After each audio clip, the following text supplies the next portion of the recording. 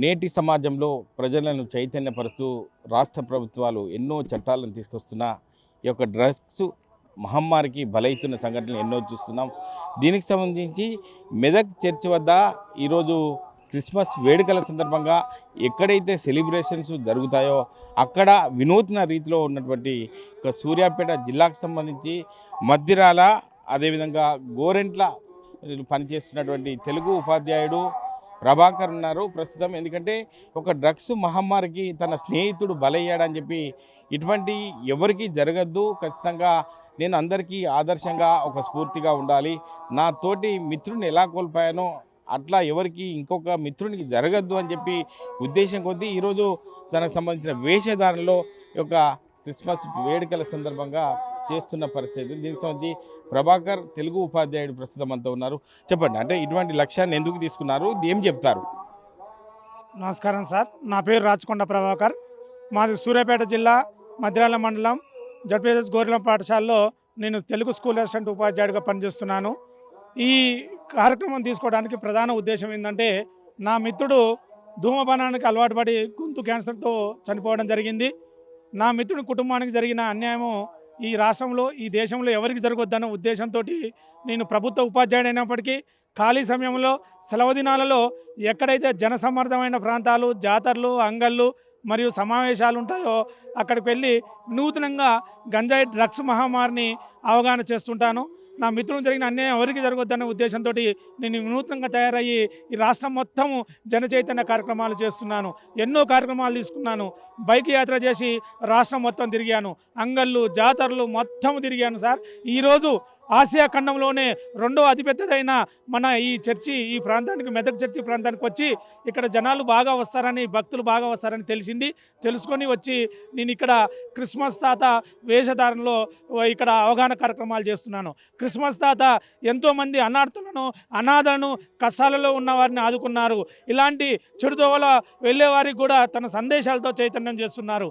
నేను నా యొక్క కార్యక్రమాన్ని కూడా అదేవిధంగా ఈ మైక్ సెట్ ద్వారా, ఫ్లెక్సీల ద్వారా, కరపత్రాల ద్వారా నేను జనాలను చైతన్యం చేస్తూ ఈరోజు మెదక్ చర్చి ఈ ప్రాంతానికి రావడం జరిగింది సార్. అదేవిధంగా మీరు మెదక్ వచ్చారు, సంతోషం. ఇప్పటికీ పోలీసులు కూడా ఎటువంటి అవేర్నెస్ ప్రోగ్రామ్ తీసుకొచ్చి ప్రజలను చైతన్యపరుస్తున్నారు.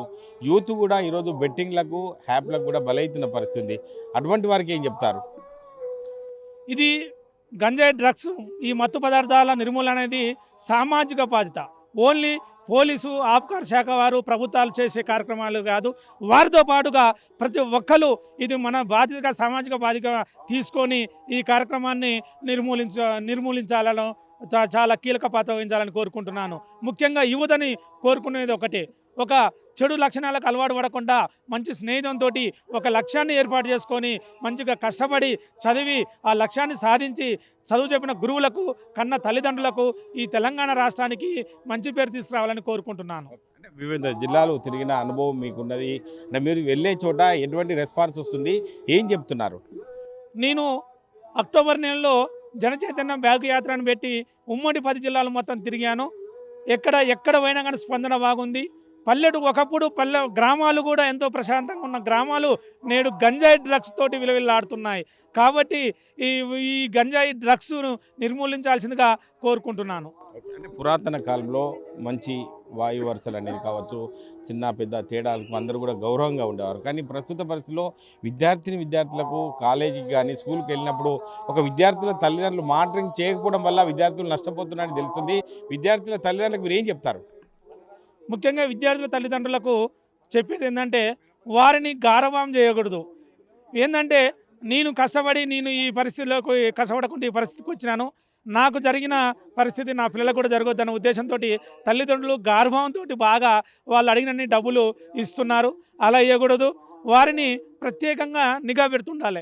ఎలాంటి స్నేహితులతో తిరుగుతున్నారు, వారి దోస్తానం ఏంది, ఇంటికి వస్తుండు, ఎలా ఉన్నారు క్లాస్ రూమ్లో, ఇవన్నీ అబ్జర్వేషన్ చేస్తూ పిల్లల్ని క్రమశిక్షణతో పెంచాల్సిందిగా కోరుకుంటున్నాను. ఇది పరిస్థితి. ప్రభాకర్ చూస్తుంటే తన పిల్లలు విద్యార్థులు ఎంతోమంది తయారు చేస్తున్నా కానీ పరిస్థితులను బట్టి చూస్తుంటే చాలామంది పిల్లలు చెడు వ్యసనాలకు బలవుతున్నారు.